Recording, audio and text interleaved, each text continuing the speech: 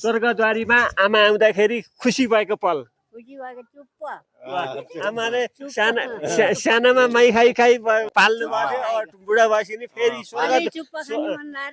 स्वर्गद्वारीमा आएर आमाले छोराहरूको चुप्पा चुप्पा चुप्पा स्वर्गद्वारी आइयो। अब केही कहीँ जाने मन अब त यहाँ लाइयो र अन्त लज्यो भने जहाँ पनि जाने लैजानु भने जाने यहाँ आउने स्वर्गद्वारी जाने इच्छा थियो भयो बल्ल अहिले भयो अब अन्त लैजानु भने जाने अब यहाँ आउने इच्छा एउटा घिर्किसो पुरा भयो पुरा भयो अरू केही भन्न अरू भन्न त के छ र छोरा भयो बुहारी आए छोरा बुहारीसित आइयो छोराले बोकेर ल्याए हिँड्न सकिएन बोकेर ल्याए पहिले मैले बोकेँ अहिले छोराले बोके पैँचो त नभनौँ पैँचो त तिरिन्न तपाईँले धेरै बोक्नु भयो हामीले जम्मा 2 खुड्की बोक्यो तिउर साना बोके तिउरले बुढो बोक्यो यहाँ आइयो एकदम राम्रो भयो आमालाई लिएर आइयो स्वर्गद्वारी आमाको मनकामना यहाँ भन्दा आउने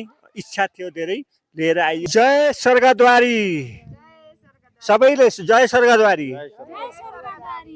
हामी स्वर्गद्वारी मन्दिरमा दर्शन गर्न आएको आमासँग सबै घर फ्यामिली अनि भाइ बहिनी भान्जा भान्जी सबैसँग स्वर्गद्वारी मन्दिरमा आएर दर्शन गरियो। राम्रो रहेछ स्वर्गद्वारी मन्दिर एकदम जिउँदै स्वर्ग गएको जस्तै ठाउँ हो यो। एकदमै नेपालको सबैभन्दा प्रसिद्ध तीर्थस्थल स्वर्गद्वारी भनिन्छ।